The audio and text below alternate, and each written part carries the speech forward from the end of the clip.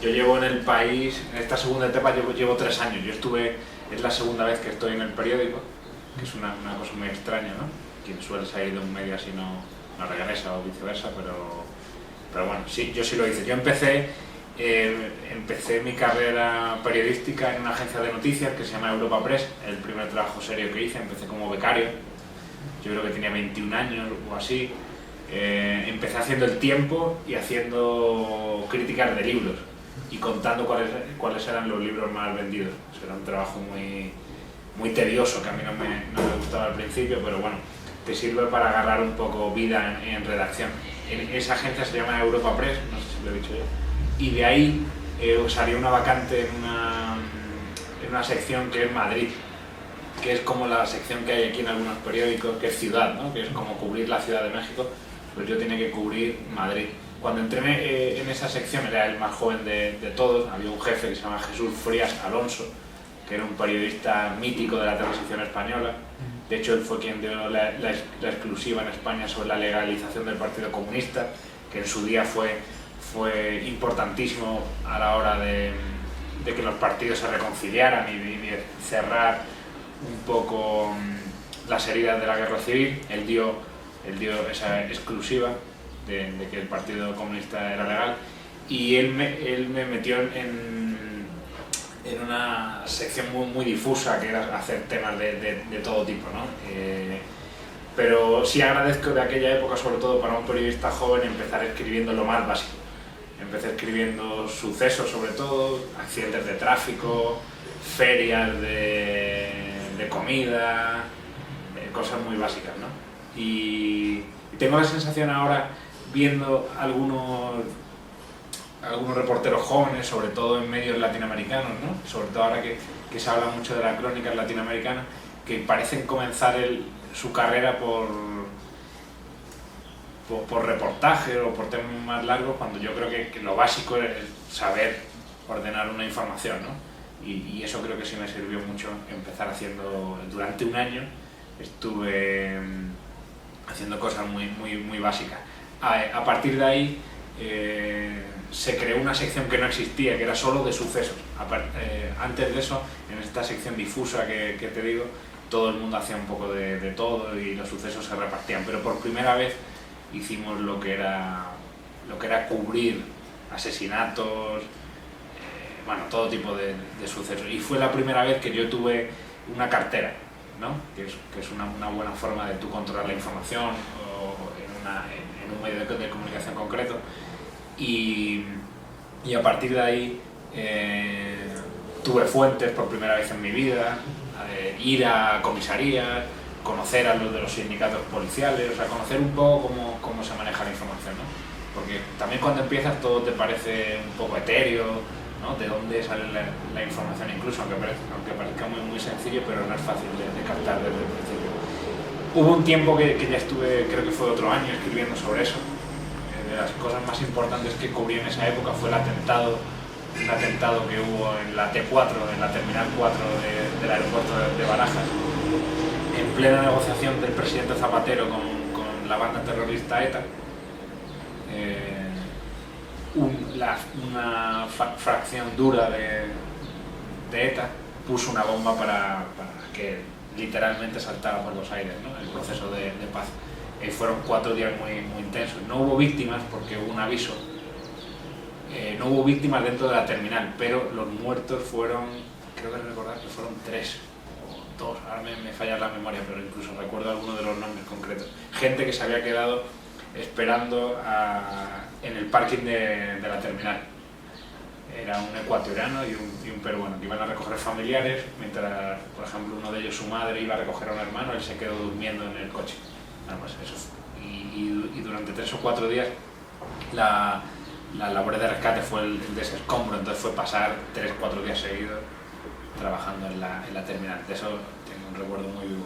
Pero pasado un tiempo tenía inquietud por escribir de otra manera, que no fuera solo la agencia, de poder contar las historias de una forma más profunda, y ahí conocí a gente que había hecho el máster del País, donde creo yo que había sido una buena cantera, y ahí hice el máster. Para resumirlo, después del máster entro en la sección de domingo, que era una sección muy importante del periódico. Eran reportajes de largo aliento, como se dice, ¿no? O cursos. Y estaban algunos de los mejores reporteros del periódico cuando entré yo ahí, de lo que me enorgullezco, y creo que sí he aprendido ahí de algunos de los mejores. Por ejemplo, Jesús Duba, José María Irujo, Joaquín Prieto era el editor. Ahí estuve un tiempo, después también trabajé para la sección de Madrid, y después cuando salió este proyecto ya me incorporé hace 3 años.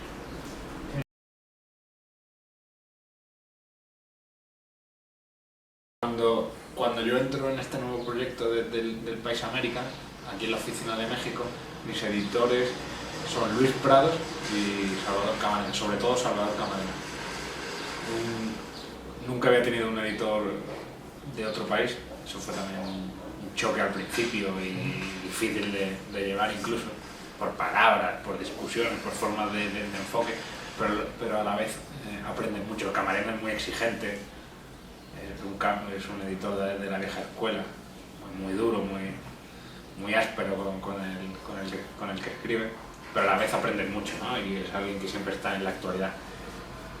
Sobre todo él me editó también con Luis Prado, y con el tiempo cuando se fueron Camarena y Luis Prado se fue a Brasil, de editor, bueno, vino Jan, sobre todo como editor principal, pero también como nosotros ya habíamos, varios de la oficina habíamos adquirido cierto nivel y Jan tenía que reportear mucho y viajar mucho, empezamos a hacer algunos como un trabajo de edición con compañeros, y hace 3 meses se decidió hacer un proyecto de deportes con gente muy joven, gente que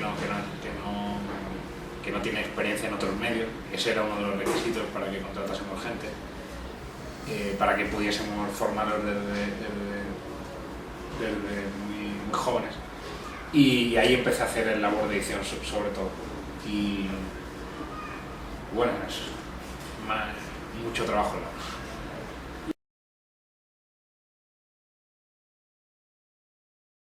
La edición, creo que tiene que una edición profesional y buena, sobre todo para la gente que empieza, creo que debe ser desde el principio, desde el mismo enfoque de la información. Segundo, sobre todo con gente muy joven, tienes que hacer esa edición incluso desde las fuentes, o sea, cómo ellos tratan con las fuentes, cómo consiguen la información.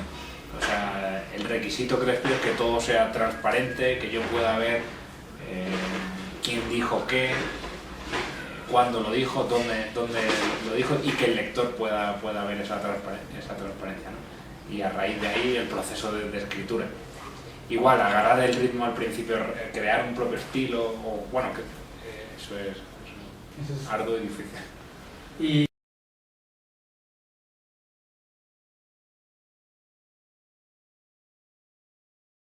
Y cuando yo entré me leí completo el libro de estilo, pero yo ya conocía muchas cosas porque yo era muy lector del País. Desde mi adolescencia, que trabajé en un bar de camarero, ahí tenía todos los periódicos y me leía el País del principio al final, entonces entendía algunos procesos del libro de estilo. Cuando me lo leí, pues los afiancé.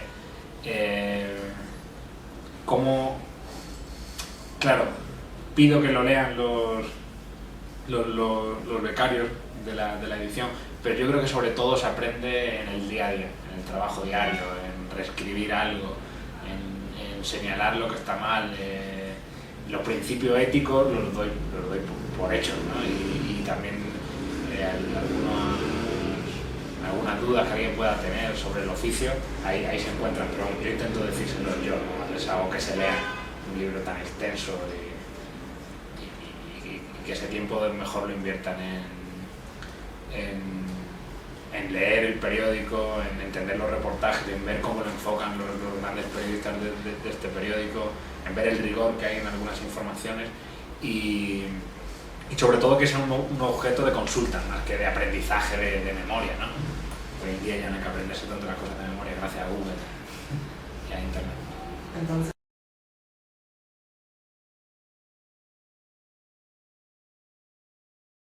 sí, Pero claro, para eso está la figura del editor, ¿no? Para algunos textos que no cumplen con esas exigencias que no se han publicado.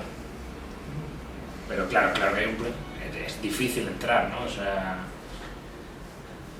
el estilo, el país, hacerlo de una forma, las informaciones que sean rigurosas, claras, precisas, eso es difícil. Sobre todo, yo creo que también tiene mucho que ver las lecturas que haya hecho uno, ¿no? Yo creo que cuanto más que uno, cuando es periodista, escritor, las lecturas le hacen a uno, ¿no? Entonces creo que si estos jóvenes becarios que estamos formando han tenido unas lecturas que son en cierta prensa mexicana, donde yo creo que sí hay errores de bulto y que hay que afinar en muchas cosas de la edición, ¿no? Entonces creo que a partir de eso es muy mejorable, sí, sin duda.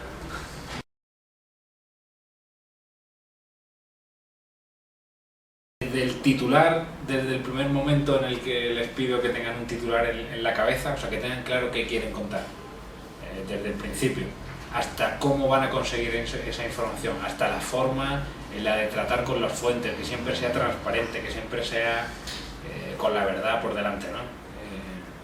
Y que tengamos todos los datos de una forma precisa. No quiero, sobre todo en este comienzo, fuentes anónimas o datos imprecisos o alguien me dijo que. No, todo tiene que estar ampliamente comprobado, todo tiene que estar escrito de una forma clara, o sea, no se le tiene que hurtar nada al lector, eso es lo que les exijo. Y en el proceso de edición pues nos lleva a informaciones muy sencillas, ¿no? Por ejemplo, estamos haciendo directos y después de los partidos hay como una semblanza de algún jugador o hay unas declaraciones. Bueno, eso tampoco tiene mucha dificultad, ¿no? Eso con una edición rápida después del partido, sobre todo ahora que se pide la información que sea veloz en la web, con una edición rápida se puede hacer rápido. Pero otros temas más complejos, por ejemplo, hemos tenido el tema de un futbolista mexicano que demandó al América. Pues eso requería tener la versión del jugador, ver los vídeos donde él se lesiona, tener la versión de su abogado, tener la versión del América que dice que no fue así, poder acceder a los contratos que ellos hicieron. Eso requiere un trabajo y una transparencia que lleva más de una semana, por ejemplo, de trabajo.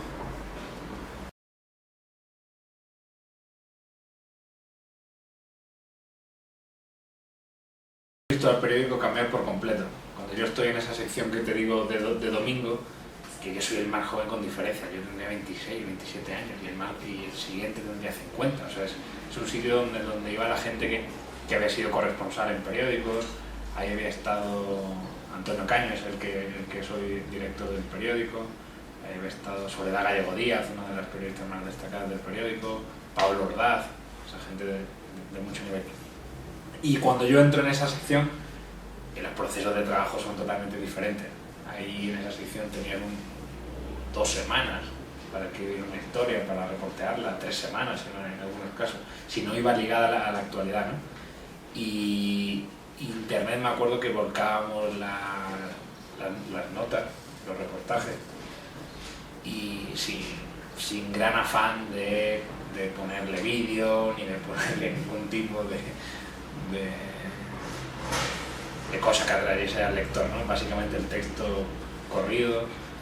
La web del País, no sé si en esa época era de pago o no era de pago, ya no me acuerdo, estaba comenzando a abrirse, ¿no? El País pasó por un modelo de pago antes de tener todos los contenidos en abierto. No sé si eso fue bueno o malo, pero perdió competitividad, por ejemplo, con El Mundo, ¿no? Que era una web, yo creo que contenido más ligeros, más livianos, y lo subían todo y lo daban todo en abierto y tuvieron mucho público, ¿no? De internet. Bueno, ahora mismo el País es líder abriendo el muro de pago. Y el cambio fue completo. Antes un periodista del País, hace tanto, hace 4 o 5 años, o 6, bueno, ponte 6 años, su prioridad era el papel absolutamente. Reporteaba una historia ese día, o la traía otro día, y la prioridad era que saliese en el periódico. O sea, no se le ocurría, muy pocas personas entonces se le ocurría que lo principal era darlo en la web y que después había que cambiarlo al papel, ¿no? Entonces la transformación ha sido brutal. Y a día de hoy ya la prioridad es la página web. Y cuando tú tienes una historia, sobre todo quieres darlo bien en web y que se lea. Existe todavía en algunas partes del periódico, yo creo que cierta resistencia a eso. Eso es un cambio muy grande, mental incluso, ¿no? O sea, cómo cambia todo en un trabajo. Y los humanos siempre somos un poco resistentes al cambio, porque el cambio es algo que no conocemos. Pero yo creo que el periódico lo está llevando muy bien ahora, sobre todo un año atrás, 2 años atrás. El cambio es espectacular. Y sí, el cambio es absoluto. El país es un periódico digital. Lo que quería decir es esto. Hay cierta tendencia sobre todo en esta profesión. Yo desde que estoy en esta profesión está en crisis. Yo no he vivido nunca una época gloriosa y dorada, y creo que nunca existieron. El País fue un periódico, fue el más vendido, sigue siendo el más vendido de España, pero tuvo una época gloriosa en cuanto a ingresos, en cuanto a conectar con la sociedad en los años 80, porque era un periódico nuevo, con una información rigurosa, uno de los mejores periódicos del mundo, en un país que se estaba abriendo al mundo. O sea, fue un periodo de identificación entre la sociedad y el periódico, y conectó de una manera apabullante. O sea, yo creo que es uno de los periódicos que más vendía en el mundo y que más beneficios tenía, sin exagerarte. Todo el mundo conocía a todos los periodistas del país. A medida que España ha ido cambiando, a medida que el periodismo ha ido cambiando, han surgido muchos medios, han surgido mucha competencia, está internet. Al país al principio le costó subirse a ese tren, porque claro, venía de un pasado glorioso, pero ahora que se ha subido yo creo que puede liderar perfectamente también la información en internet. Y hay cierta tendencia a añorar aquel tiempo pasado, ¿no? Yo creo que hablando con alguna gente menor del periódico me dicen, creo que ahora es cuando mejor escrito está el periódico, creo que ahora es cuando más se lee, creo cuando ahora se hace con más profesionalidad. Cierto que la crisis te lleva pues, a tener que prescindir de personal, a no poder a lo mejor pagar algunos viajes, pero una vez que eso se estabilice y que se pueda recuperar, yo creo que hay mucho talento, y no creo que haya que añorar tanto aquella época. Creo que ahora se lee más que nunca. O sea, ahora por los millones de usuarios que tiene el país, más que nunca. O sea, ahora mismo no tengo la cifra en la cabeza, no sé si son 60 millones de usuarios únicos al mes, creo que sí. El periódico de papel en los años 90 nunca se leyó 60 millones de personas, sobre todo en América. Y el poder de difusión que tiene ahora en América es inaudito. Entonces creo que hay cierta tendencia a echar de menos a aquel tiempo, pero yo creo que es un falso reflejo, ¿no?, de mirar al pasado. En cuanto a la cuestión de estas publicaciones en la web, sí, sobre todo en la instantaneidad, sobre todo en eventos como los deportivos, la que pasó en México, tiene que ser de información más rápida. Sí. ¿Qué tanta rigurosidad tienen para hacer la edición de esos textos?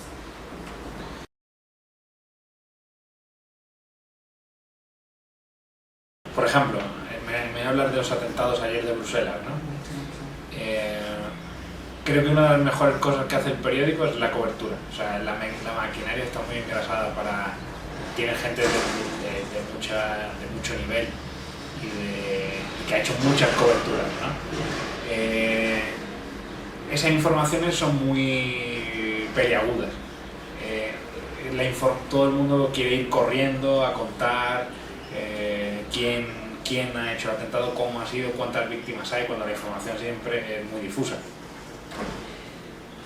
Sin faltar a las autoridades mexicanas, por ejemplo, creo que las belgas actuaron muy rápido. O sea, no me imagino en un suceso así en México, y los he vivido y los he reporteado, qué informaciones tan confusas hay. El día de la detención del Chapo, para verificar cuántos muertos había o qué había pasado exactamente, pasaron muchas horas. Y ayer a la hora o 2 horas creo, ya se sabía mucha información y era veraz. Ahí la tentación a veces es querer pasarte de listo, ¿no? y ir un poco más allá. Yo creo que ahí hay que tener mucho cuidado. Por ejemplo, daba la sensación de primeras que era un atentado del Estado Islámico, ¿no? Tu tentación como editor y como alguien que está al frente en ese momento, bueno, o simplemente el corresponsal que está ahí, puede ser querer adelantarse a eso. Bueno, pues ayer vimos que no lo hizo el periódico, y hasta que el ISIS no publicó un vídeo, no dijimos que ellos atribuían el atentado, ni siquiera decíamos que ellos habían hecho el atentado. Ellos decían que se habían atribuido el atentado. No, hay otras ocasiones que se han atribuido atentados que ellos no lo han hecho, o han aparecido en internet vídeos de dudosa procedencia. Entonces yo creo que ahí hay que mantener la calma. Es muy difícil, ¿no? Pero yo lo que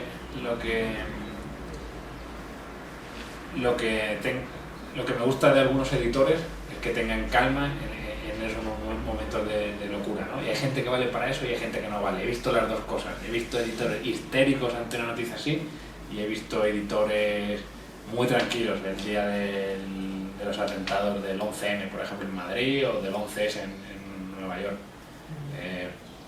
En esos momentos tienes que tener la cabeza muy fría, analizar todo y dar simplemente lo que esté comprobado. De hecho, creo que había una información, aunque no la abrí, solo vi el texto, que era las 9 cosas que nosotros dimos, 9 verdades sobre el atentado de Bruselas. Y de hecho ahora tenemos una sección que es Verne, no sé si la conocéis, que es como de contenido viral, ¿no? Y leí también Verne, tampoco, pues estaban otras cosas, tampoco la leí, pero venía a decir 8 cosas que no son verdad, 8 bulos que ya circulan por internet, ¿no? Es increíble cada vez que abrimos Facebook o Twitter, gente incluso que tú conoces, pero si te pusieses a discutir con ellos, la batalla sería todos los días, ¿no? Que comparten contenido poco fiable, de web, no sé, y que sabes que son bulos, ¿no? Yo esa batalla la di por perdida y simplemente no la contesto.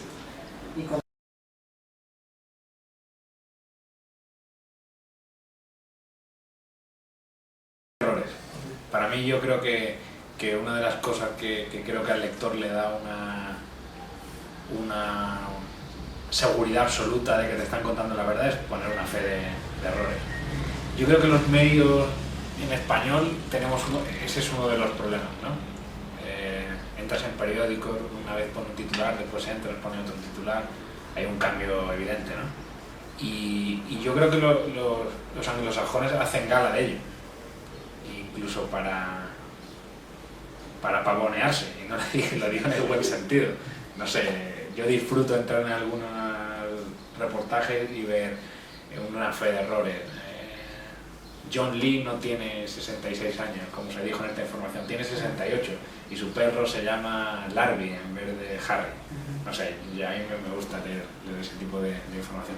No sé en qué periódico, creo que del New York Times el otro día, que da una fe de errores diciendo que uno de los protagonistas de un reportaje había dicho que él tenía 46 años, pero que su mujer, al leer la información, le había dicho que se había equivocado, que él tenía 47, y así lo explicaba. Y a mí me hizo gracia, y me parece que es una forma también de darle veracidad y ser transparente con el lector, y que el lector pueda saber que no estás cambiando datos sin que lo sepa.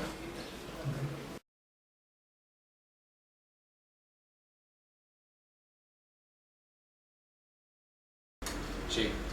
En el país hay varios en internet que solo se dedican a revisar todos los textos y a ponerte verdes si encuentra fallos en tu noticia. Nosotros lo hacemos entre varios compañeros aquí, como esta oficina todavía es pequeña, que cada día está creciendo. Uno de los pactos entre periodistas es leer la información de uno y otro, y siempre tener en un chat conjunto que tenemos, estar avisando: oye, he visto esta errata, he visto este gato que puede bailar, no creo que sea así, o déjame leerlo, ya antes de publicar o una vez publicado. Ahí tenemos la información. Y hay una herramienta que usamos, y creo que ahora usan otros periódicos también, que se llama Slack. Y ahí hablas básicamente con todo el mundo del periódico. Entonces hay como una conexión. No es fácil a veces, el funcionamiento de un periódico es muy complejo de entender. Incluso yo lo veo sobre todo en la gente nueva que entra. Que no, aunque venga de otro medio, le cuesta entender cómo funciona un periódico. Es que es difícil de entender, ¿no? Es un ente vivo. Es como la vida misma. Entonces sí hay varios filtros para que pase un texto a publicarse.